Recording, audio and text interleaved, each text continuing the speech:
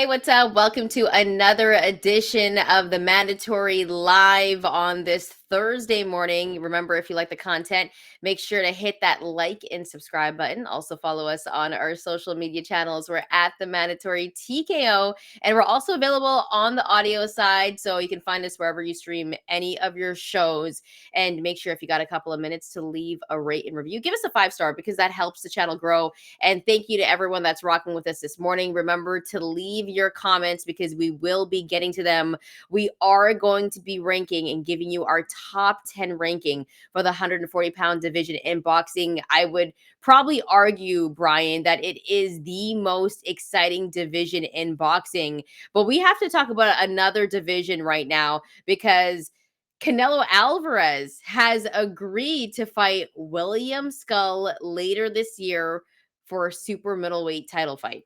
Now, this was something that we didn't expect. And I think we said prior in a different show that Canelo was going to take this fight because how is he going to sell this fight? And we thought, he was going to vacate his title. That didn't happen. Canelo wants to stay undisputed. He's fighting William Scull. And this is a guy, Bryan, we were talking before we came live, right? Listen, he's got 22 wins, 9 by knockout. He went the distance with the guy with 18 losses not too long ago. And he also went the distance with the guy with 25 losses. And these are 8-rounders and 6-rounders, if I'm not mistaken. So this should be a very, very easy fight for Canelo Alvarez. Your thoughts on him not vacating, wanting to stay undisputed, and his decision to fight William Scull instead of a guy like David Benavidez, who was also his mandatory for a long time, and he didn't fight him. Yeah, William Scull's 22-0, 9 knockouts. A lot of people haven't seen him fight. He's already into his 30s because Cuban took a while to turn pro. And he's been sort of rising up the ranks after a successful amateur career. The IBF is basically like, hey, Canelo, we're going to strip you of one of your 4 super middleweight titles, and you will no longer be undisputed if you don't fight William Scull. And people kind of want Canelo Alvarez to vacate so that we can get a better fight than this, with no disrespect to William Scull. But if you're talking about, hey, mandatory challengers, as you mentioned, Shantelle, David Benavidez, WBC interim champion. This is somebody who the WBC could basically like, hey, we'll strip you of our title, of our main world title, and elevate Dave Benavidez from interim to world champion if you don't fight Dave Benavidez. They could do that if they wanted to. The WBA has David Morrell. I don't know if he's a regular champion. He's not an interim champion. He's a regular champion. But the number one contender is Edgar Berlanga. You could actually make Canelo Alvarez, hey, we'll strip you of your super title if you don't fight Edgar Berlanga and make Edgar Berlanga the number one contender here. And I think people would rather see Canelo Alvarez fight even Edgar Berlanga, but definitely David Benavidez than William Scull. And then, the WBO has your boy as the number one contender, Diego Pacheco. And there was talk before his last fight against Jaime Munguia, Canelo Alvarez's last fight against Jaime Munguia, that, hey, Diego Pacheco could become the sort of mandatory challenger for the WBO, whatever. And it's like, of the 4 sanctioning bodies that Canelo Alvarez has a title for, this is the one that we don't want to see get the title shot or get the shot with respect to William Scull. But like, we'd rather see him against Diego Pacheco, Edgar Berlanga, or David Benavidez. I probably did that in the reverse order because Benavidez would be first. I think Berlanga will be second based off of, I think there are a fair amount of people who think Pacheco would win a fight with Edgar Berlanga, but I think more people might be interested in seeing Edgar Berlanga lose because he's so polarizing, and B, Mexico versus Puerto Rico, whatever the case may be. But yeah, like this is good from the standpoint of like, hey, okay, one of the mandatories gets a shot. Now there won't be a holding pattern so much with the number one contenders now, but ultimately he knocks William Scull off and all the other guys get to play it safe until Canelo has to take the next challenger. So I kind of hope that another sanctioning body comes in here and is like, hey, fight our champion. and then we have a decision to make, because I don't care if Canelo Alvarez is undisputed or not. He may, and that's honorable and all those things. And I would care about it if I were the fighter. But as a consumer and as somebody who talks about sport, covers sport, and is a fan of the sport, I don't care, because Canelo Alvarez is amazing regardless. And if I had to choose between him fighting William Scull, Diego Pacheco, Edgar Berlanga, or David Benavidez, William Scull is dead last with a bullet on the list. Like, it just is. And no disrespect to William Scull. I mean, Cuban boxers don't become professional till later on in their careers. He's not that much younger than Canelo Alvarez as well. And when you take a look at Canelo Alvarez's career, he's got more than 60 plus fights and he's at the latter end of his career. But my biggest thing is you named some other guys that he could fight. David Benavidez was his mandatory for a hot minute and he didn't fight him. But he's fighting William Scull because he's his mandatory and he doesn't want to lose undisputed.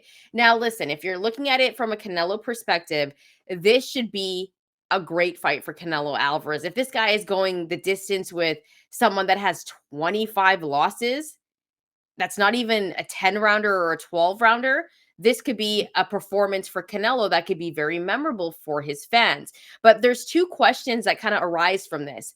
Is Canelo at this point fighting for a legacy, or is he just fighting to make his dollars and end off with a decent record at this point? Because if he's fighting for legacy, you're probably not fighting a William Scull. You're fighting a David Benavidez. You're fighting a young Diego Pacheco or Edgar Berlanga. Because regardless of the fact is, boxing is all about making that bread. Boxers want to make that bread. Networks want to make that bread. Pay-per-views, they want to make bread. And I don't know how Canelo Alvarez is going to sell a fight with William Scull. Will people watch it? Yes, because it's Canelo Alvarez.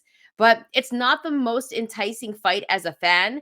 And I was thinking at one point, you know what? There's a possibility we could get him and Edgar Berlanga, because I think from all of the guys that you mentioned, Bryan, I think Edgar Berlanga was the one that was being poised to fight Canelo Alvarez, right? There was so much talk about, well, Edgar Berlanga is going to get its chance next. And from all the guys that you named, I wouldn't have thought it was William Scull. I thought the path was going to be Jaime Munguia and then Edgar Berlanga. And people would have loved that. Puerto Rico, Mexico. And Edgar Berlanga also has star power. But really, and this is off topic, I'd rather see Diego Pacheco, Edgar Berlanga get it on. And whoever wins that fights Canelo Alvarez. I just know that Canelo Alvarez is not trying to see David Benavidez in the ring.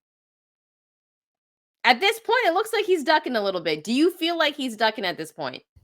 I mean, we can't say that he's not. There are people in boxing who certainly believe that. Like, if you're asking for more money than you know you're probably going to be able to get, like realistically get, which the number was 200 million.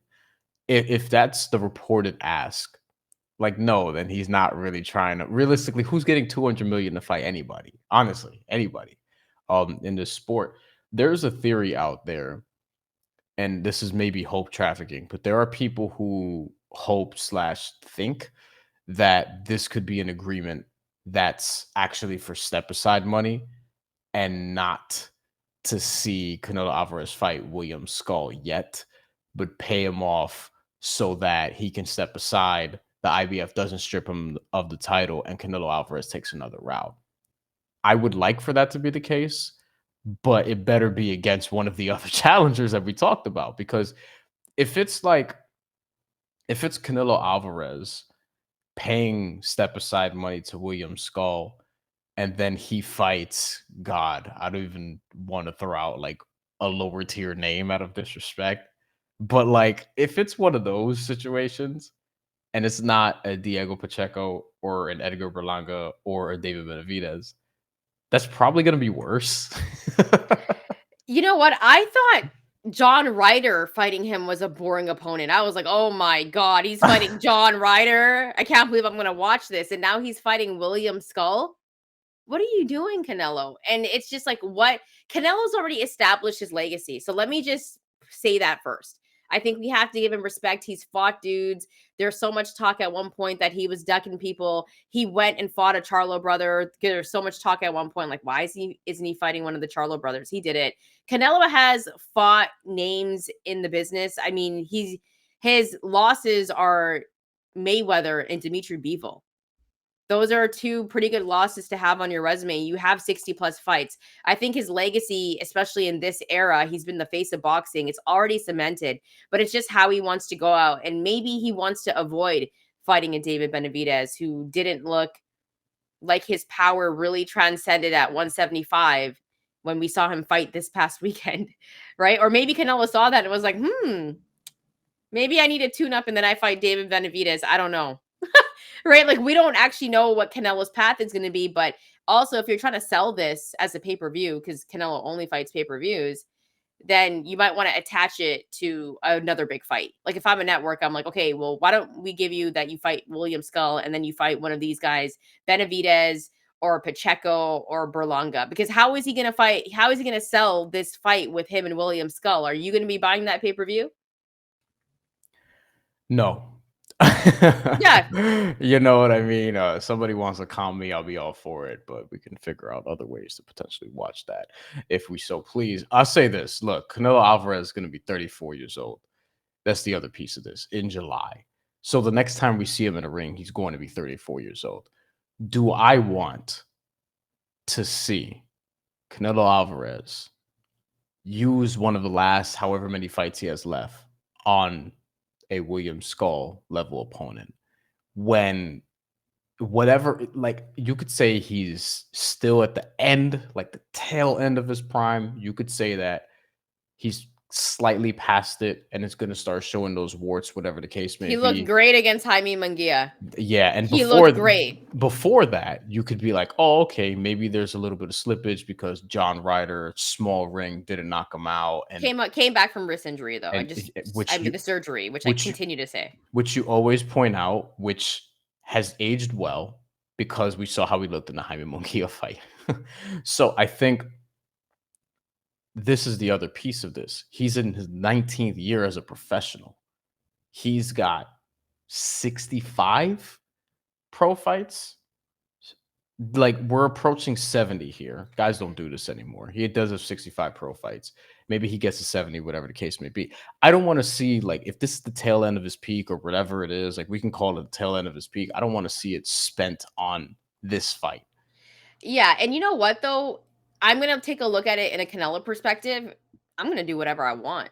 What do I have to prove? Right. That's I've been undisputed for a minute. I've done everything that I want to do in this sport. I've fought big names. If I want to go out near the latter end of my career, knocking out dudes, getting stoppages with a guy like William Scull, I'm going to do it because regardless, people are going to buy it.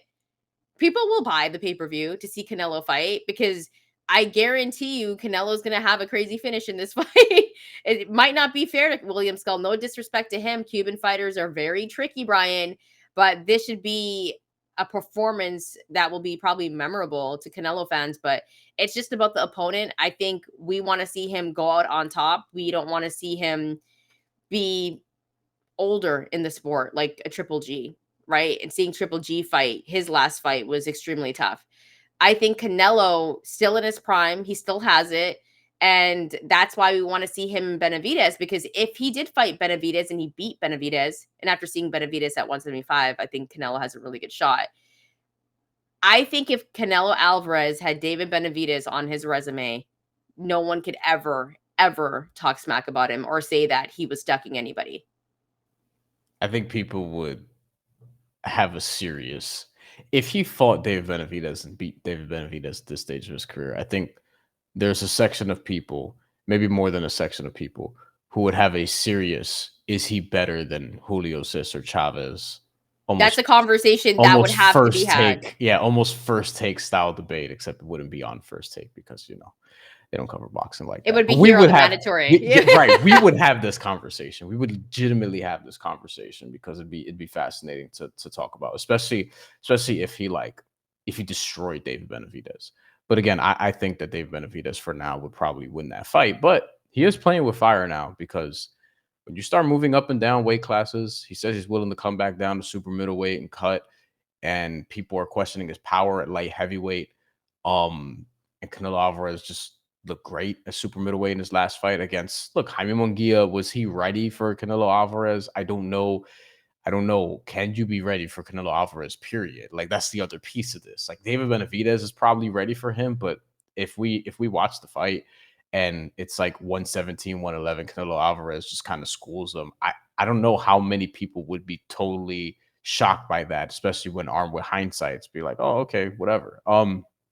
We want to get to another topic here, but let's just say this with the Canelo Alvarez fight. So we'll see. Ultimately, we're not doing a fight breakdown because we don't know if the fight is actually going to happen yet, but this is reportedly an agreement. And we know that a Canelo Alvarez fight has to get announced soon because he wants that September date, and he's always going to want that September date. It's May, September, May, September. Like, this is what it's going to be. And those are the weekends that everyone wants to see Canelo fight as well. Like if he's not fighting on those weekends, something is wrong. But here at the Mandatory, we want to know your thoughts on Canelo Alvarez agreeing to fight William Scull at some point this year. Let us know. Drop your comments below. Also, remember, if you like the content, hit that like and subscribe button. It helps the channel grow, and follow us on our social media platforms. We're at the Mandatory TKO.